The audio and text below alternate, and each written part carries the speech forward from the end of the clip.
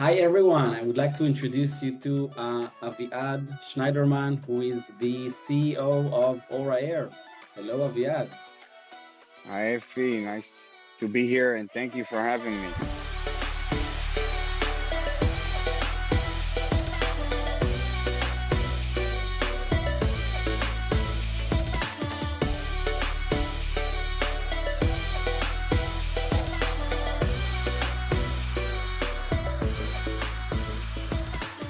Great, thank you. We are very excited to have you with us in ClimaCon 2022, talking about our partnerships and the relations and everything about what you guys are doing. And I would like just to dive in and let's kind of start talking about the broad picture. So we're now entering the third year of COVID, which is crazy. And I would like to ask, like, how is kind of top of mind in uh, um, indoor air quality before COVID, and what change have we seen in the past few years now, actually, when people are much more indoors? So, first of all, thank you for having me, and it's great to be a partner with you guys. I think we do an amazing job together. And specifically on the topic that you just described, the question, as you know, we are um, the company established and started way before COVID. We are here in the market from 2017. We investigate the market, and we understood that the problem of the indoor environment is huge because we're spending most of our time indoor, and the indoor more polluted than the air outside because of a lot of reasons, because of a lot of things that we have inside of our indoors, from furnitures, materials, human beings, HVAC systems that are only cooling or heating or just ventilating the room. And what we saw in the past years, we understood that first of all, awareness that the air that we breathe has so many things that we are not really able to see them, or we never thought of seeing them, because if you don't have a color or a smell, so everything is fine. And as you know, it's not like that. Of course, a lot of the gases and fine particles are so small that you can't see them, not with color, and of course not with smell. And what we understood so far, that in order to provide any solution to the indoor environment, and sure we're going to talk about it in our questions, but you need to see the unseen. You need to realize what you have in the air. And nowadays people understand it very well when they going and then when they getting into an elevator, when they going into a bus, a train, of course, office spaces and homes and hospitals. So any indoor environment nowadays, no matter who you are, once you're getting in, you're always thinking about what I'm breathing, what I have around.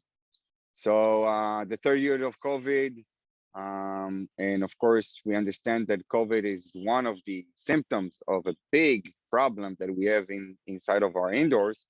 But really gave everyone the awareness, the education, the knowledge of what we have inside of our indoor environment. Definitely needs much more attention. Um, so you're monitoring air quality globally with all of your devices. So um, what parts of the world are at kind of biggest risk when we're talking about air pollution, or what parts of the world are you seeing experiencing worsening air quality, maybe in the first time of people's lives? So Aura Air is operating in more than 90 countries. So we're selling from the Asia Pacific to Europe, Africa, the US as well, Canada and Latin America. And I think that you can see most of those segments, not area. So I don't think that we have a huge difference between Japan to Chile, because the indoor is indoor, and of course the outdoor affects a lot. And what we're doing together tomorrow in Aura, it's really bringing the full picture of outdoor and indoor. But I can say, I can answer this question more about the segments. You see nowadays that the transportation, for example, schools and hospitals are one of, I would say those are the top three, and maybe we can add even the office spaces. So those four segments, you see that those segments have the biggest pollution, indoor environment. Buses, we can understand, small place, a lot of people driving on the road, a lot of things from the outdoor as well getting in. So it's one of the leading one. Schools, of course, classrooms, small classrooms, a lot of students, um, very poor infrastructure. So the HVAC and the materials inside are very old, and as you know, the schools are built for years and they renovate them once in, I don't know, in a lifetime. Hospitals, for sure, because the infection diseases that we are having inside of those clinical and hospitals environment are the biggest problem that we have in the world. Of course, flu viruses and COVID got a lot of cases and a lot of people died from it. But if you will like, see the numbers in a year, the entire world, around 1 million people dying from infection diseases in hospitals. So you just get into the hospital because you probably broke your hand or has something else, and you cut over there one of the viruses or something that caused for your death. And lastly, it's the commercial real estate. It's the offices that, as you understand, we're spending most of our time over there. We're going to the office, we're working over there. And it's a huge problem of getting back the people to the office because people understand that they need to have some protection. So not mask or hand sanitizers, it's not enough. It needs to be something more than that. So really, those are the four big segments that we see that the indoor pollution is the highest. Got it. Great. So that was great. So let's dive in a little bit or go kind of go indoors. Um, so you mentioned all of these segments and the kind of high level macro risks that we have. Like, but what are the biggest risks to people when they are indoors? Maybe things we've never thought of, like. It's a great question, and it's very important to understand that. So inside of our indoors air, there's three main vehicles that those vehicles able to care everything. So if you're trying to find a solution for the indoor environment, you need to measure them and you need to treat them. And those main three vehicles are particles, small fine particles, such as zero point 0.3 microns, gases, many types of gases, VOCs, etc., or CO2. And lastly, the aerosols it is the humidity, small humidity droplets, aerosols that you have in the air that me and you generating them to the air by breathing. So we generate CO2, but of course we also generating those small aerosols. And as you know, the mask that we put in our faces nowadays is because we're trying to block them and keep them inside of the mask. So once you measure those three vehicles in real time, indoor and outdoor, you will be able to understand what is the problem, where is the problem, what is the resource of the problem, and how exactly you can treat it. And once you understand it, and you understand that you have like high level of particles or high level of gases, you know exactly how to operate. And if you take Aura, for example, this is why we have all the four stages inside of our product to catch the particle, absorb gases, attack humidity aerosols in the air, and everything that we're doing is we keeping the filter clean. So if the filter catch it, observe it, we don't want that everything that we catch and observe going to grow in the filter himself, because we're going to do the opposite. We're going to spread it. So our filter is a patent and developed in order to not just catch and absorb, but also disinfect it and destroy it on the filter himself. So the main problem indoor environment, to summarize it, particle, gases, and aerosols, humidity. And the way to understand that is think of vehicles that actually can carry everything on themselves.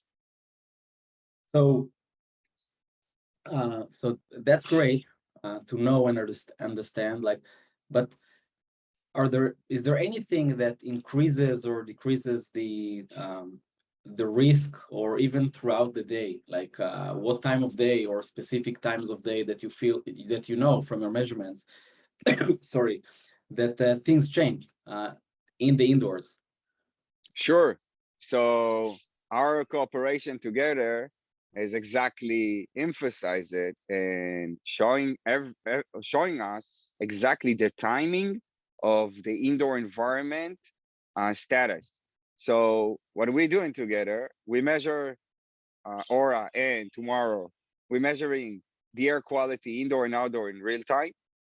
We have the layer of the weather that it's so important to understand that in a resolution, in high resolution, that of course we understand the weather affect most of the things. I don't want to say everything, but most of the things about air pollution. And once you see it, the systems that blows or get air to the building, to the fresh air unit, so called, getting to the building. Once we know what is the status outside, and this is what we're doing together, we see exactly what we have outside. We have the forecast of it. We have also the history of that, and that really gave us the picture, the full picture of what is going to be the forecast of the indoor environment from the measurement outside for what we had in the history years ago, and also what we forecasting. And that really affect the indoor environment, because the indoor environment air, we're getting this air from somewhere. We're getting it from the outside. So everything that you're going to get from the outside, and of course, if you have a system that gets the air from the outside and you can manage it, so this is one of the things that are going to affect the indoor environment. Inside of our indoor, um, cleaning materials, furnitures, um, human beings, of course. If you have a lot of people in a small place and you're not ventilating enough, or you don't have any treatment, it affects a lot.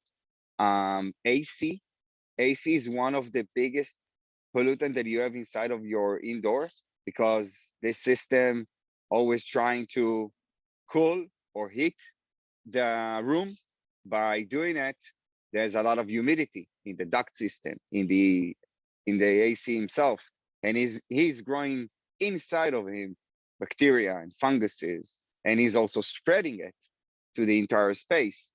So So this is like if there's one room that is that has pollutants or viruses, it can actually spread that all across the office. exactly central AC can get between floors even. So you have someone in the first floor that has, I don't know, a flu virus. He can spread it all over the building. Of course, if you're not doing appropriate ventilation. Also, high ventilation is a problem as well, because during the time of COVID, a lot of scientists and HVAC guys thought that if we're gonna increase the ventilation, so we're not gonna do just 2 or 3 or 4 air exchanges in an hour.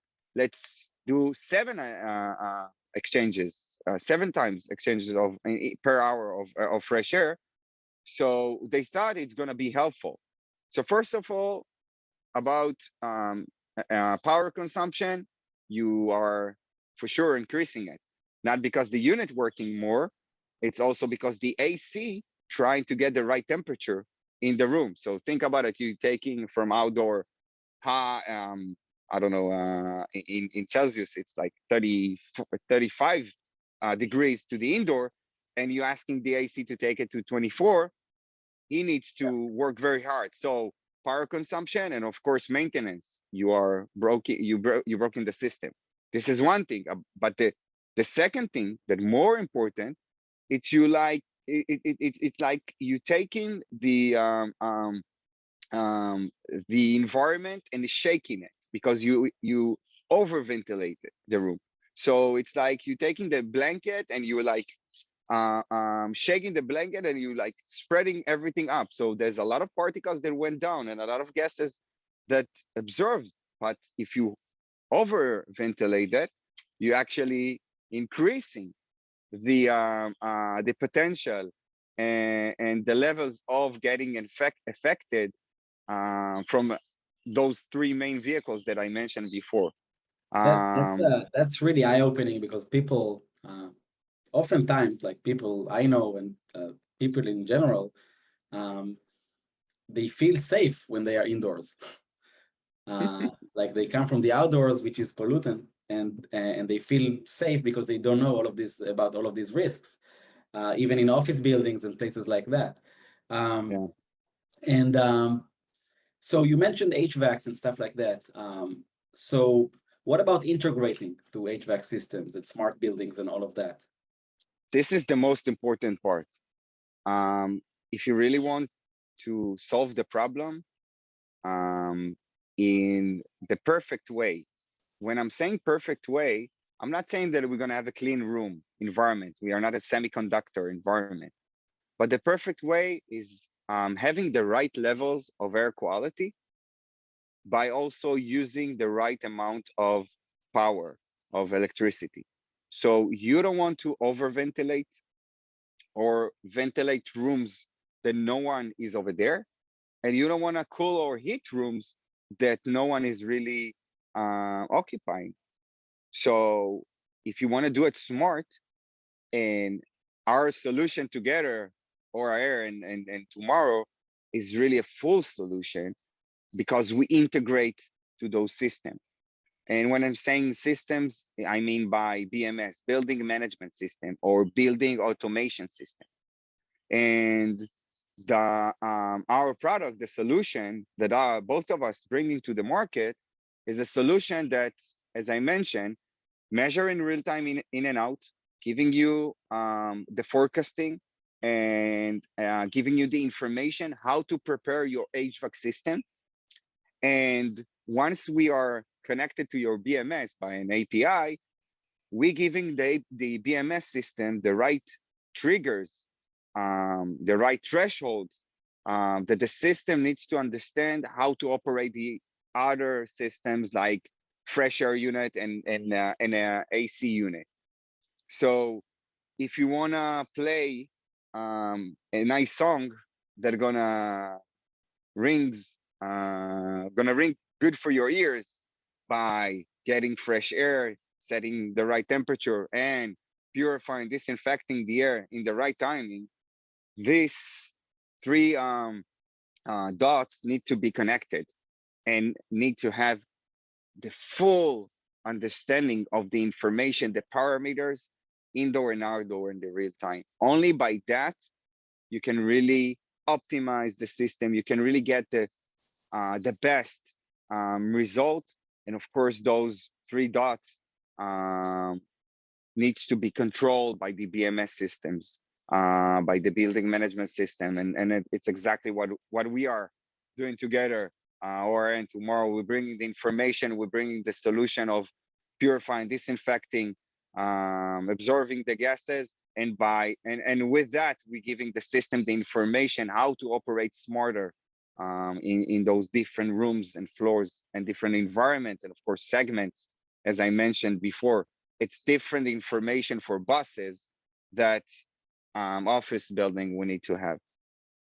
Got it. So you mentioned a few things here that I'd like to kind of um, do a little deeper dive in. So um, you're talking about like a whole kind of indoor climate control system, something like that. And so with regards to our partnerships, um, what do you do today to kind of predict what's the weather going to be? And when we're talking about the connection between us, what role does the weather play and the hyperlocal weather intelligence in your overall kind of operating system? So I think that cooperation together and the weather forecasting and air quality forecasting, and of course, as I mentioned before, weather affect a lot the air quality outdoors. If the wind gonna blow different in some streets or different level, different heights, and as you know, you can measure um, air quality in the beginning of the street, in the middle, in the end. You're gonna get different results, and if you're gonna take it to first level or fifth or 20th floor, you also gonna get different measurement. And the cooperation between of us, it's exactly that we can see and understand the right data accordingly to the specific location in a high resolution. So if I know that some buildings, let's take, for example, the commercial real estate, as we mentioned, the office spaces. If I know in some buildings that the air quality will be X, and in half an hour will be much better, so I can stop the system of getting fresh air for 30 minutes.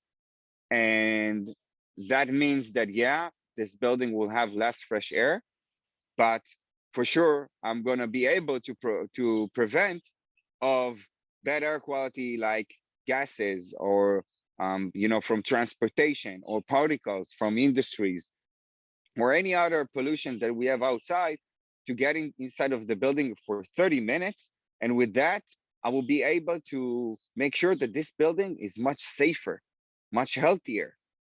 And those 30 minutes not gonna really gonna do a huge change in the building by fresh air. So the people inside not gonna feel crazy effect of not getting fresh air for 30 minutes. But after that, if I can trigger the system on again and increase the ventilation and provide fresh air to the right specific places inside of the indoor, that's gonna lead us to not only a healthy building and saving people's life literally, but also in the same time we will be able to save a lot of power electricity on just using not using the system correctly.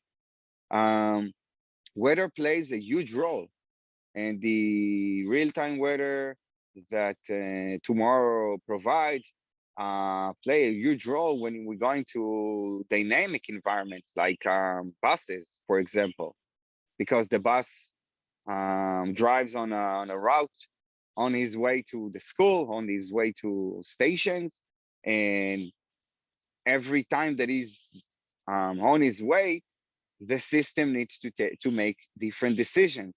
So it's not a decision like I mentioned in the commercial that you can make a decision every 20, 30 hour a decision.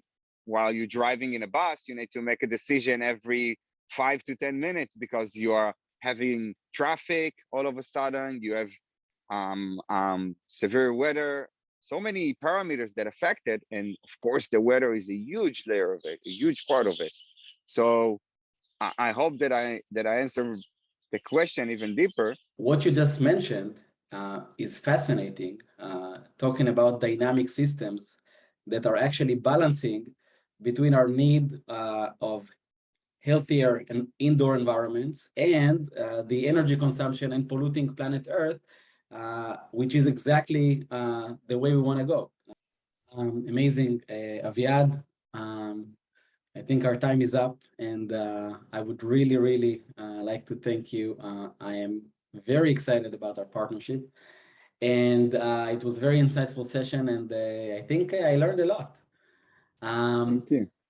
So now, guys, I'm very excited to turn it over to Monica, who will be introducing us with the last ESG and Climate Adaptation Award winner. Monica, over to you. The winner of our ESG and Climate Adaptation Award within the insurance industry is Intact Insurance.